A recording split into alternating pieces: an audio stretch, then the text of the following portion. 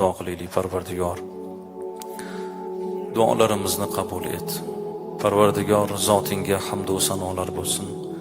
Suyukli payg'ambarimiz Muhammad Mustafa sallallohu alayhi va sallam hazratlariga salovat va salomlarimiz, maqtov va olqishlarimiz bo'lsin. Parvardigor zotingga shukronalarimiz bo'lsin. Sen bizga iymon berding, ibodatingga loyiq ko'rding. Tabarruk yurt, ulug' xalqning farzandi qilding. Seni borliging, birliging haqiqati qalbimizni to'rida. Senga hamdlar, shukronalar bo'lsin. Parvardigor, bu kelgan jamoani har birlarini qadamlariga ajrlar bitgin. Xonadonlariga nuring, rahmatingni yog'dirgin. Ishda, mehnatda, kasb-korda yurganlar bor. Barchalarni mehnatlariga barakot bergin. Rohatini ko'rsatgin.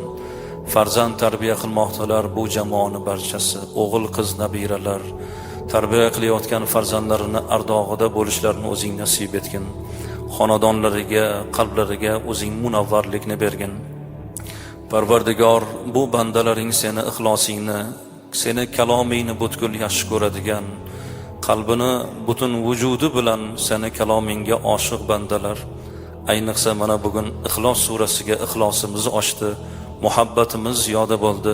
Shu muhabbat ila jannatga kirishligimizni Alloh barchalarimizga nasib aylasin.